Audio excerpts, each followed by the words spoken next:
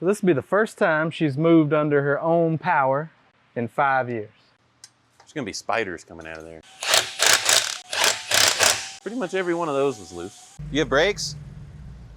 Ooh.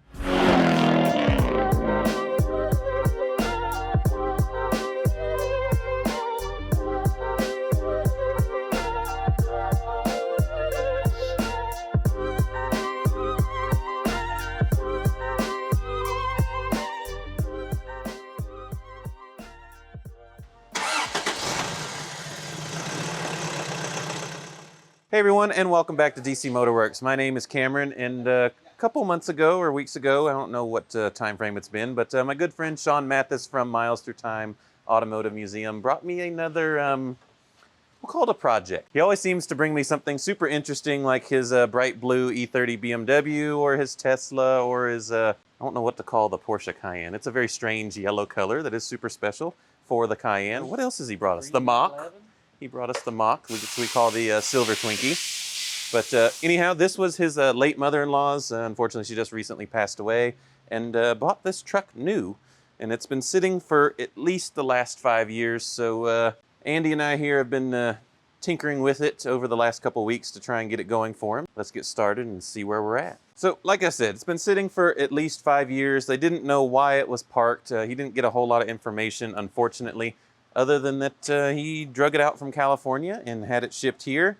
And this is about exactly as it showed up, other than you can see the newest thing in here, a battery, because it was missing completely. There wasn't even an old one in there. But this is the venerable 22RE that you can't kill it. And that's what we figured out with this one, is that it still does run. And what we had to do, figured out very quickly that the fuel pump had died, likely from very old fuel, which we'll show you what we found with that real quick. So the Miles Through Time Toyota pickup truck is running after years and years. But you'll see here, fuel tank's out of it. But resident tank specialist has rigged up a makeshift fuel tank out of one of our old liquid moly oil jugs with the factory fuel pump. So now it is mobile while we get the fuel tank addressed, because it's just full of stuff. Lots of exciting stuff in there. Wish y'all could smell it. Now to address the clutch that is not clutching. How Andy and I found that out is by just disconnecting one of these vacuum lines and giving it some starting fluid. And it fired right up, no problem. Of course, the oil level was still good, but we are going to be changing that today. I've got a nice, genuine Lexus Toyota oil filter here. Make sure we have the right stuff for this. Once we got it running, we can see we've got quite a rig up there while we get the fuel tank serviced and so forth. So we'll show you that as well. Andy had some great ingenuity with that on how to get this thing to run with no fuel tank in it. But now that we have it running, we quickly realized that we can't get it to move because the clutch just goes straight to the floor. Even if you put it in gear and then start the engine, it doesn't move. So something's wrong with the clutch. We're going to start with bleeding it. You can see we've got a extra bleeding apparatus there to give us some extra fluid. And now the fun part is I get to go sit up in a very hot spider webby truck while Andy gets to hang out underneath and help me bleed this clutch. So I'm gonna hop in, but have a look at the current state of the interior. Like I said, I'm gonna be hanging out with the spiders. Yeah, spiders. We're hanging out with Charlotte's Web today in the Toyota pickup. I call it the Toy Story truck because that is exactly what it reminds me of. Let's hope I don't get any Spidey powers hanging out in here for a little while.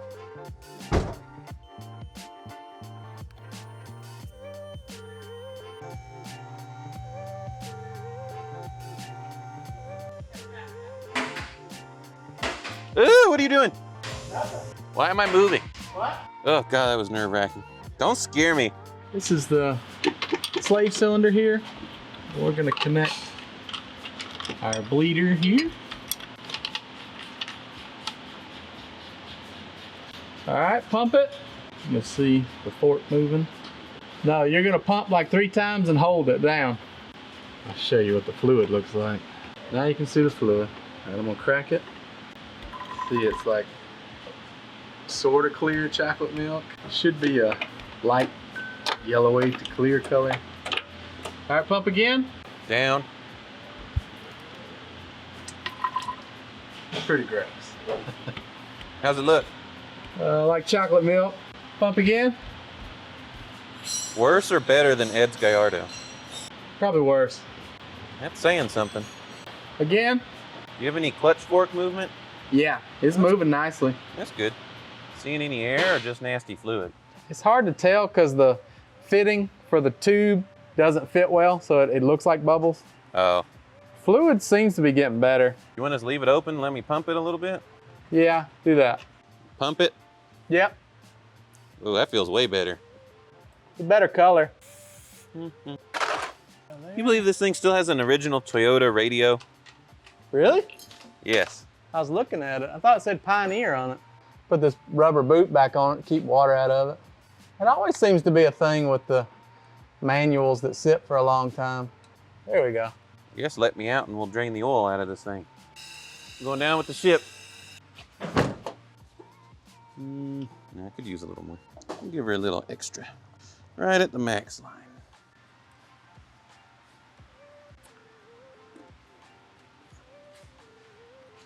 Dot 4 Plus upgrade. Still has power steering fluid. It's actually in decent shape.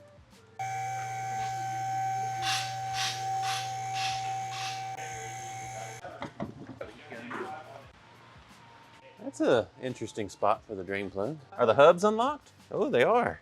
Who would have thought? And they still spin.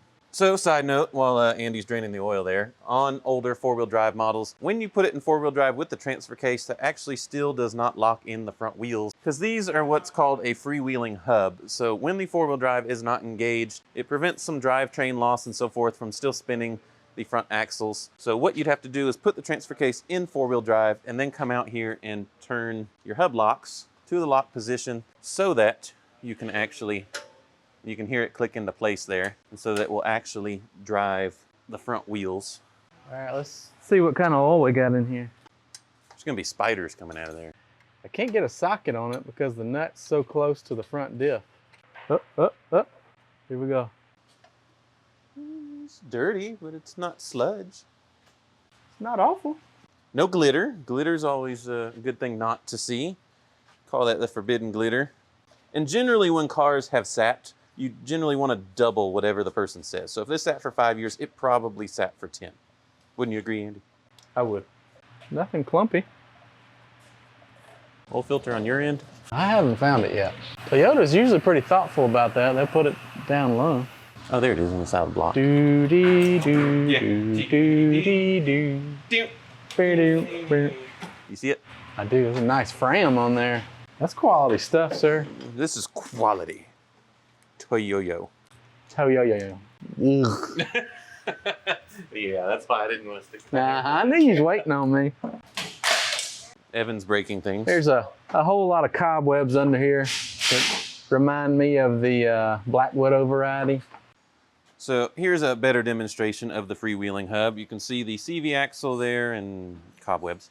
But see, if I spin the wheel, the axle does not move. But if we engage the lock, and see now, with a click, we are driving the front wheels. Turn them the other direction. Here, a click, and we're free. Saving fuel back in 1989 by disconnecting the front axles. Check out this license plate. That thing's seen a thing or two. Florin Road Toyota in Sacramento. Guess that's maybe where they bought it. Let's see if there's a sticker on the back one. I find it strange that there's no oil coming out of the filter. Ooh. Okay, no rear license plate, so. Oh, I don't like that. Like nothing at all? Nothing. Is that normal, Toyota people?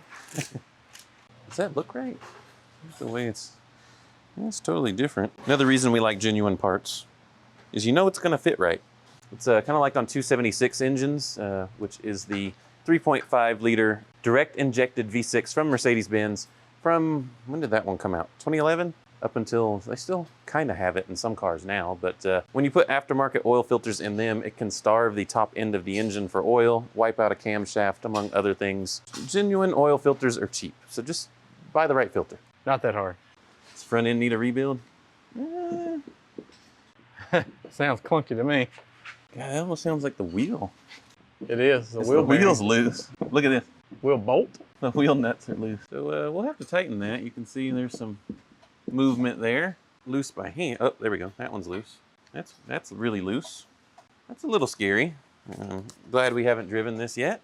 So that's the thing when you get any car in, essentially, is you don't know anything that's going on with it.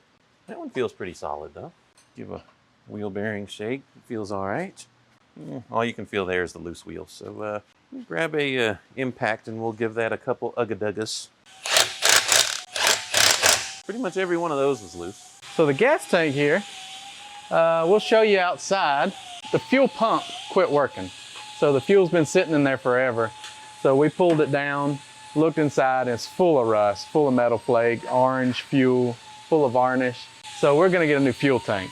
You can buy a new fuel tank for cheaper than we could get one refinished. So I rigged up this oil jug here, put the fuel pump and sender inside of this jug so we can drive it in and out of the shop in the meantime.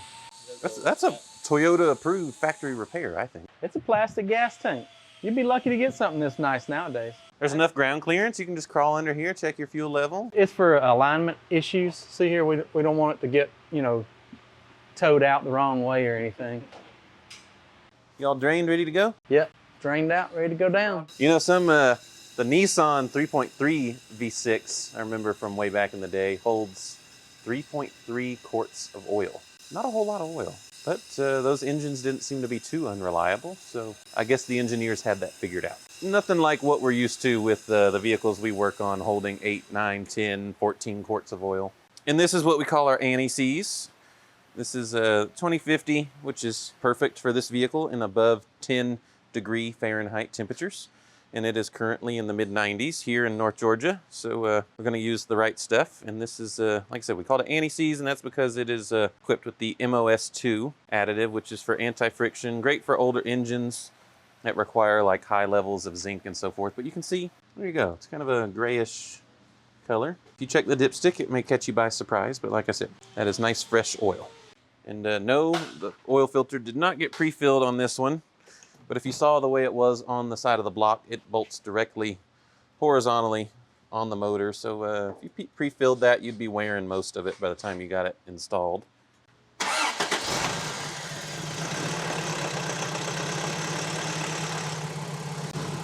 little bit of a clatter, but not bad. A lot quieter than it was. It runs after 5 years. That's what they say about the 22RE. It just, it won't quit. But this one only has 112,000 miles, if the odometer works. We'll let cameraman get a shot of that. Look at that. Turn signal? Blinker? How about that one? Nothing. The tail light's gone too on that same side. Yeah, that one's seen better days, as have these wiper blades, or wiper arms even. They're, you don't want to hit the wipers on that one. That would be a bad day. That windshield would not survive that. And the other one is missing. This thing doesn't have air conditioning. At all? No, I noticed the button was missing out the hole for the clutch. And I thought, well, okay, someone knocked it out, but there's no condenser, there's no nothing in the front. So one of our good friends and clients has one of these trucks as well and was super excited to see this one here. And he just happened to walk by it in the parking lot. He's like, oh man, I've got some wiper arms for you. And so he gave us some extra wiper arms. So we'll get that back going. He also brought us a tail light. If you come around the corner, you can see this one is, yeah, it's missing a couple things. And I don't know what's going on with the bumper situation here. I guess they needed a hefty bumper. Let's see what's behind door number 3. Stuff. Lots of saws. An old, what's left of a chainsaw? Look at that. It's, see just how industrial these old Toyotas were. Do you need a chainsaw that's painted pink and green? Or? It's not really my style. I like the orange better. Would you like a different flavor of saw? Oh man, that one's serious. All your crafting needs. Pot? Some milk tins. Is that what that is? Yeah, old milk tins. Milk cow, take it to the market. I don't know if Sean's gonna be milking any cows. I can't see it.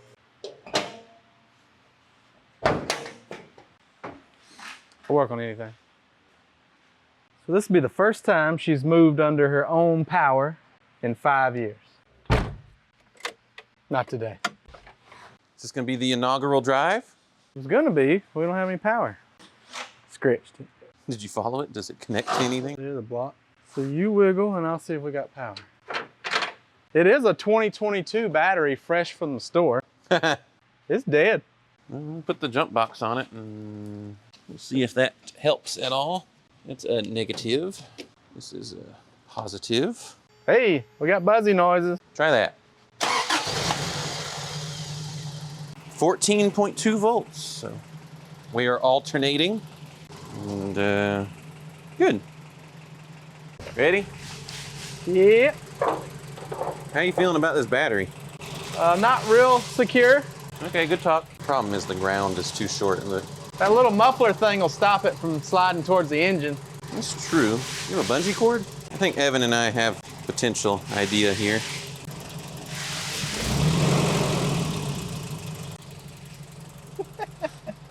It'll be fine. Not really a good option here. That might just keep it from doing something. There you go. Question is, does it move? Here we go. It lives. You want to ski pole it? You ready, Tony? Yeah, you almost can't hear it run. You have brakes? Ooh, you might have rear brakes. Well, look at that, it's loping, it's happy. She's about to lope off. You're leaking. Probably because you slammed the brakes. Fuel. Yeah. Oh, we gonna ski pole it, buddy. You ready for this? Have a seat, buddy. So do I change gear for you? Yeah. Hey, it says you have no fuel. I ain't reaching in there. Ooh, we're turning a hard right. We'll go the slower direction. Slow direction, but there's turns down there. You sure about that? It's close quarters here. 1, Ready? 2. There you go. Doing pretty good. Tires aren't It's not too eggy. terribly square. Dude, whatever you do not hit the windshield wipers. Oh, this is sketchy. You know you've done worse. Oh yeah, 100%. I think it's pushing over to 6 now. Yeah. There you go. So the odometer does work, so it's possible it's a fairly accurate odometer reading. Other than the size of the tires. I'm sure this thing came with little pizza cutters. Bumped my knee too many times. Ooh, that was ugly. That's bump stop. Transmission feels pretty tight, actually. It's not too loose and floppy. What are we gonna get hit in the face with? There's easily a bug or a rat or something.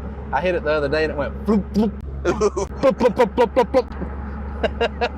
Look at that, all 4 buttons that exist in this thing work. I'd say she does pretty good for sitting that long. I texted Sean, he said he's known his wife for 19 years and he said this truck has always looked the same. So take that with a grain of salt. So it's been sitting for 20 years. At least. We did pull a Carfax on it and there is 0 history.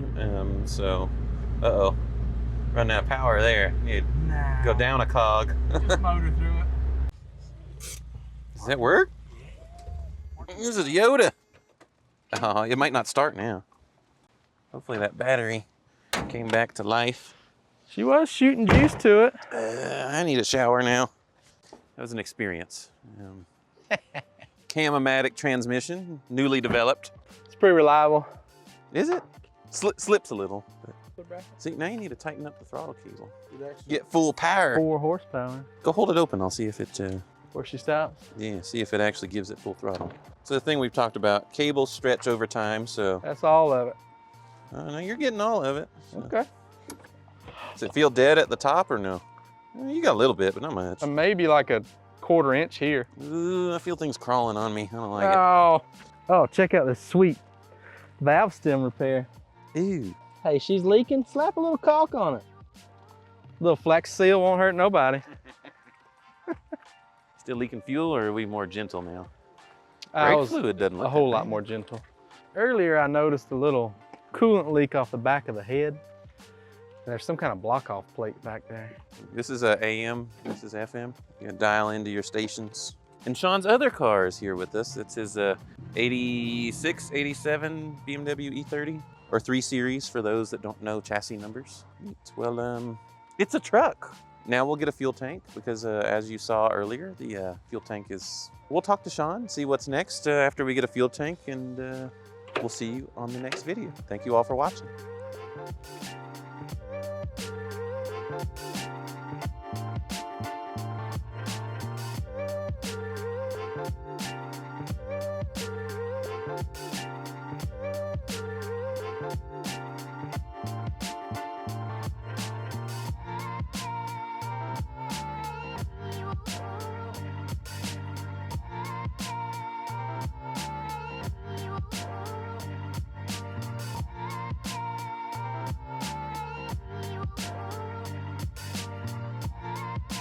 Well, Sean, we got it out here. Just took our inaugural drive with cameraman Tony and Andy. Hey.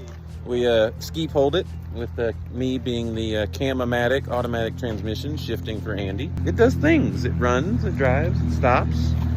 We flushed the clutch fluid, and that brought the clutch back to life. Runs pretty good, shifts nice. Once we get a proper fuel tank instead of our oil jug, we'll be back in business.